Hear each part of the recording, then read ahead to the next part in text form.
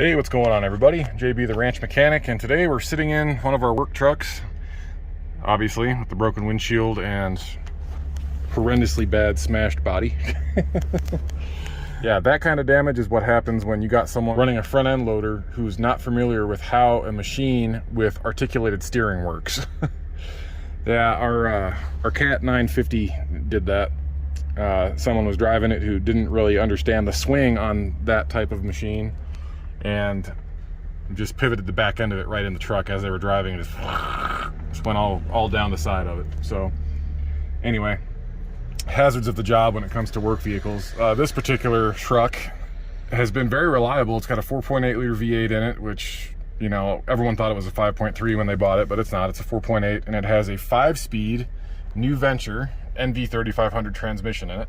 But as it always happens with work machines, this ended up just parked in front of the old shop down there, the old Quonset hut that I used to film in, and no one tells me anything. It just sits there and sits there and sits there until finally I need to put hydraulic oil or something in one of the machines, and the freaking truck's in the way. They always park stuff right in front of my oil drums down there instead of off to the side. I don't know why.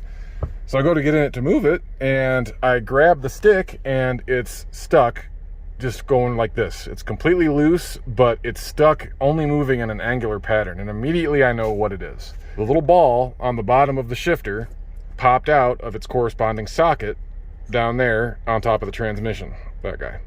So based on that, I took the shifter boot off and took the tower off. It just held on with 4 little 10mm bolts, either 10 or 8mm bolts, and I manually grabbed the shift mechanism down there and just got it into first gear, which is all the way down and right. Because you got to think, first gear on most transmissions is up and left to you, but if you're going up and left with a stick up here, it's pushing your ball and socket over and down and right.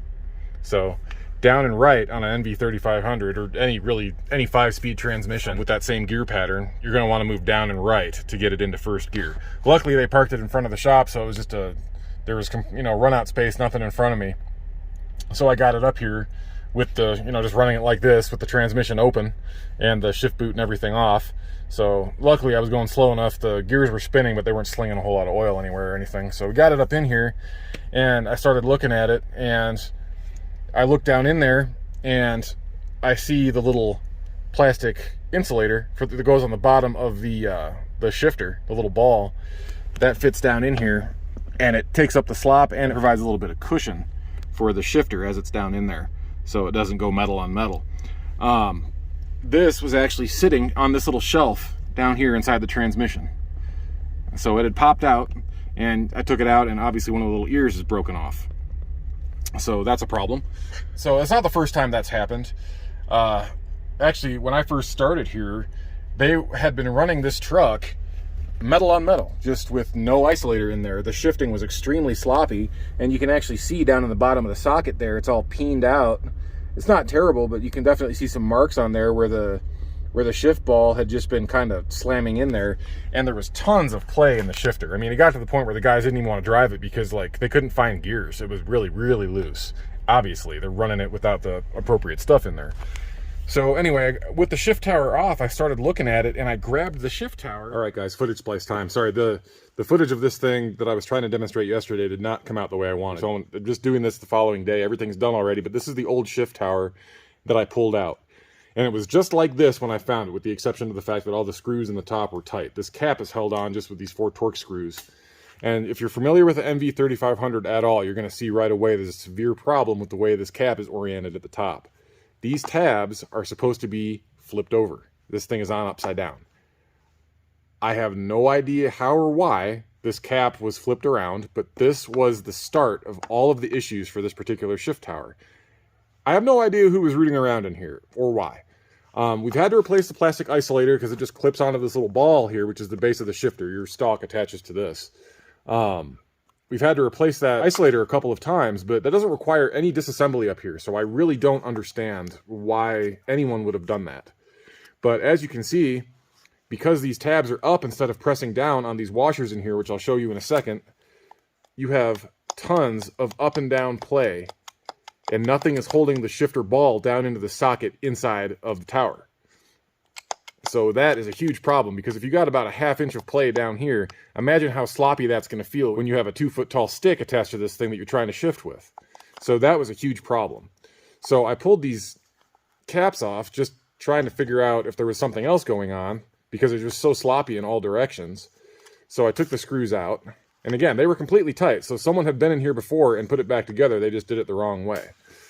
So I took this cap off, which again is supposed to be like that, facing down, so it puts downward pressure on these washers, which are shims that take up all of the slop inside the shift tower, or are supposed to if they're working properly.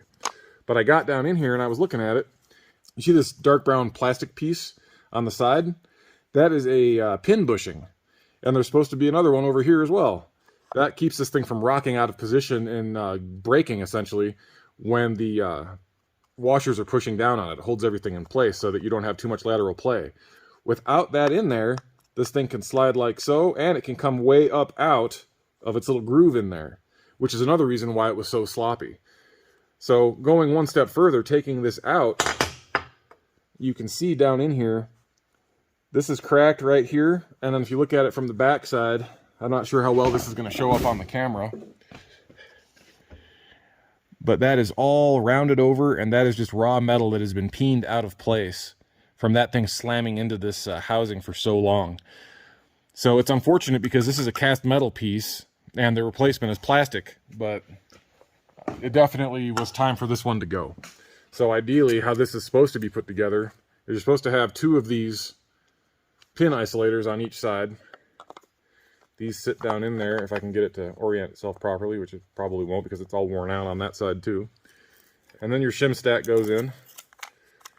And then this thing is supposed to be pressed down like that. And the screws are supposed to hold that down against the shims. And that is supposed to take up about 99% of all the slop inside this thing. So whoever was rooting around in here before, I have no idea who it was, they signed the death warrant for this shift tower, because it was definitely not put together correctly, and because of that, it just basically disintegrated. It just ate itself to death, because there was nothing holding any of these components where they were supposed to be. So these things are really, really simple, but if you put them together improperly, you're just going to create problems, as with anything. So anyway, we're going to go back to the original video here, and we'll get this thing finished up. New ones are about 90 bucks. I got this one from Allstate Gear down in Florida. We're going to go ahead and replace this. I'm going to put this boot and this nut and the shift lever back on real quick, and then we'll just go ahead and bolt this guy back in and take this thing for a test drive. Give me a second here. Okay, so basically that rubber boot just slips over the top of this, and then there's another rubber gasket that was sitting down on top of the transmission, but that just slips over the bottom here, and that isolates the transmission fluid and, you know, from getting splashed around by the gears. That keeps that from splashing everywhere. And then your shift lever here just screws onto the stock, and then there's this jam nut that comes with the shift tower, and you just tighten that up once you get it oriented the way you want it. And yeah, pretty simple. Comes with a new cap here, new isolator, and then it just sets down on top of there. Just line everything up, and then there's 4 8mm headed shoulder bolts here that hold that on. So see if I can set the camera up here and just let you watch me put this thing back together. Pretty simple. Hopefully my head doesn't get too far into the way here.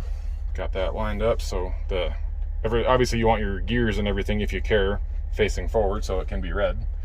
But you just drop that plastic isolator into the shifter. Gotta be smarter than the shifter, apparently. There we go. And you just, once you get that in, you just start your bolts, and that's really all there is to it. It's not a complicated process to replace one of these, but you'd be amazed how much abuse this poor truck has taken. But this little fix right here is going to improve the drivability of this pickup truck by an unbelievable amount, because it's always been sloppy. Ever since I started here, this truck has never been right as far as this shift tower. So we're going to go ahead and snug these down.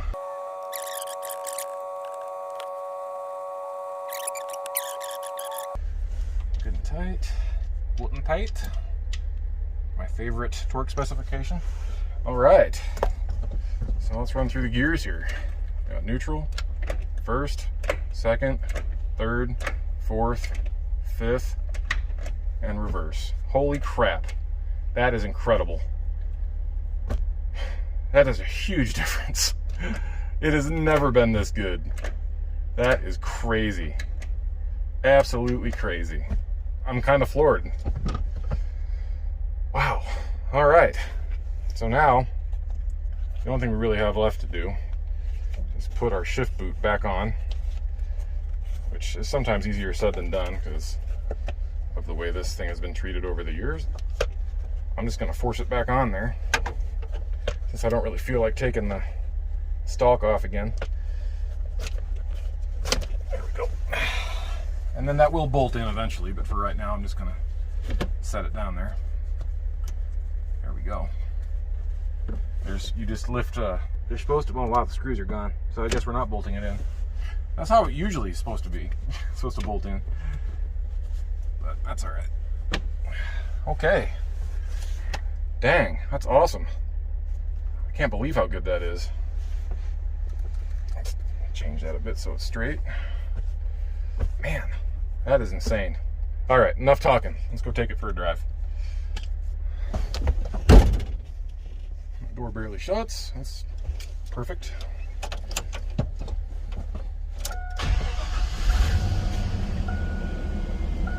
Okay. The steering wheel's super high.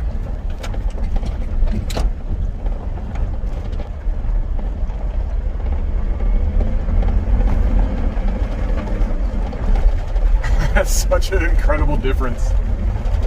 It's never shifted this well, ever. Got something rattling around under this thing. That's going to be my next exploratory mission. Oh, I think it's the sway bar.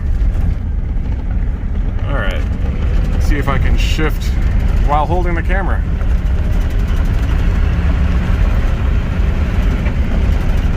There's third.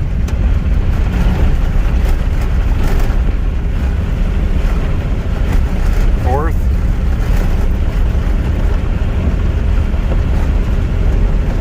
Fifth. Absolutely seamless. Yeah, for 80 bucks, that was money well spent, guys. That's totally night and day difference in the drivability of this truck. So really relatively inexpensive and easy fix if you've got one of these older trucks with an NV3500 in it. If you have a lot of slop in your shifter, don't be afraid to replace that tower. It's very, very easy and not that expensive. It's just 4 bolts and a little bit of time. Anyway, that's going to be it for this one. I'm going to call it problem solved. I'm just going to make sure that that rattle up front is in fact the sway bar and not something else. So anyway, thank you guys for watching. I appreciate it very much. Have a great weekend, and we'll catch you on the next one. See ya.